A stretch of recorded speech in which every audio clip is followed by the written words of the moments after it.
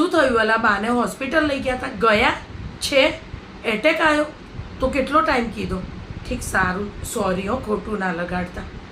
કેમ છો બા? તાળી સંભળાય છે? ઓળખાણ પડે છે? મગજ તો ચાલે જ, જો મને ઓળખી ગયા. ડાબા હાથમાં કંઈ થાય છે? ખાલી ચઢી હોય આમ કરજો, આમ હં, એવું ચાલુ રાખજો. ઘણું જીવવાનું છે હજુ તમારે. હં, આ તો સામાન્ય એટેક નથી કહેવાનું. એટેક આવ્યો તો સોરી હો બા, એટેક આવ્યો તો પણ તમારે એવું લગાડવાનું નથી, સામાન્ય છે. હં, હવે આટલી ઉંમર થઈ ને, એટલે એમને જે ખાવું પીવું હોય એ ખવડાવી દેજો. આ તો બધું કંઈ કહેવાય નહીં તો પછી ફરશે તમારા ઘરમાં નાગ બનીને. તો અમારે તો એવી કહેવત છે, એટલે જમાડજો એમને. હં, એટલે મરી જશે એવું નથી કહેતી. એટલે તમે ખોટું ના લગાડતા. આ તો મારી લાગણી છે ને, એટલે જો તમે સમજ્યા. રોશની, તને ખબર પડી? બાજુમાં ગીતા ભાભી છે ને, એમની સાસુને સવારે હોસ્પિટલ લઈ ગયા હતા. મને તો લાગતું નથી બહુ કાઢે, પણ ઉપર ખબર નહીં હો. આપણે કહીએ ને તો એમને ખરાબ લાગે. કેવું છે બાને? હવે સારું છે? ખીચડી ખાધી? કશું જ ના થાય હવે તો. આપણે ગુજરાતી ખીચડી ખાઈએ છીએ ને, વાટકો ભરીને દૂધ નાખીને, એટલે આપણે ચકાચક જ કહેવાય. આ તો એક નારંગી પડી હતી ઘરમાં, મેં લેતી આવું, એમને સારું લાગશે. નારંગી ખાશે. દાડમ ખાવું છે? કાલે અમારે ધ્યેય ખાઈ ગયો, પણ આટલું પડ્યું છે, 1-2 ચમચી લેતી આવું.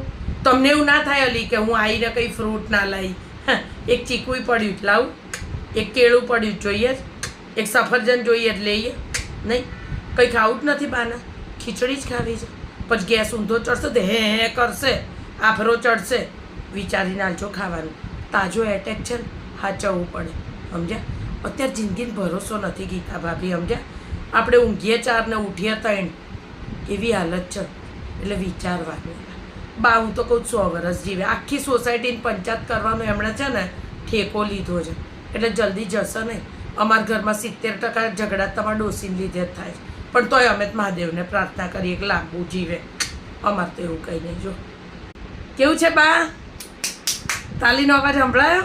હા, જો હવે સરસ થઈ ગયું. શું કહો છો? કેમ તાર ખબર કાઢવા નહીં આવવાનું એવું કહો છો? અલા ગીતા ભાભી, આ તમારા ડોસીને શરમ છે?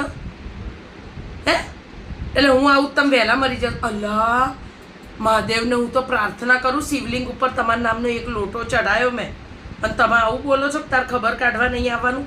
સવારે બધા કામ પડતા મૂકીને આવી, એક તો તમારા હાટું. આ ડોસી જવાન લાયક છે. તમે જતા જ રહો બા.